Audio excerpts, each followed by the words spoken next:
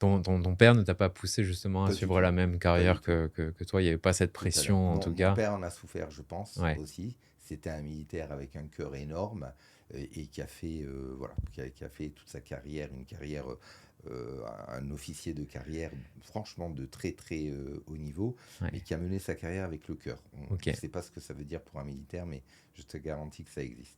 Est-ce qu'il y avait donc, tu nous parlais d'événements marquants justement qui ont, guidé peut-être ton orientation professionnelle vers le milieu de l'aéronautique et de l'aviation. Est-ce que tu peux nous parler de ces événements marquants et pourquoi tu es rentré dans ce secteur?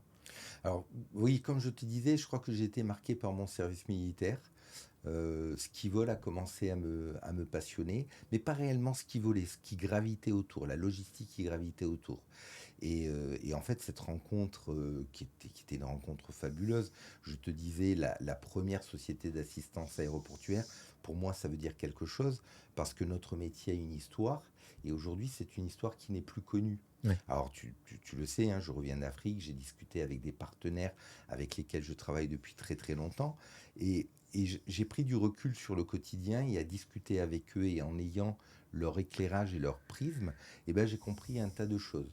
Et j'ai compris notamment que notre métier a... Alors je ne dis pas qu'il est disparu, bien au contraire, mais avec les années, allez, on va dire les années 2000, c'est un métier qui s'est globalisé. Et du coup, en se globalisant, on a perdu l'histoire du métier. Et c'est une histoire qui est très très riche.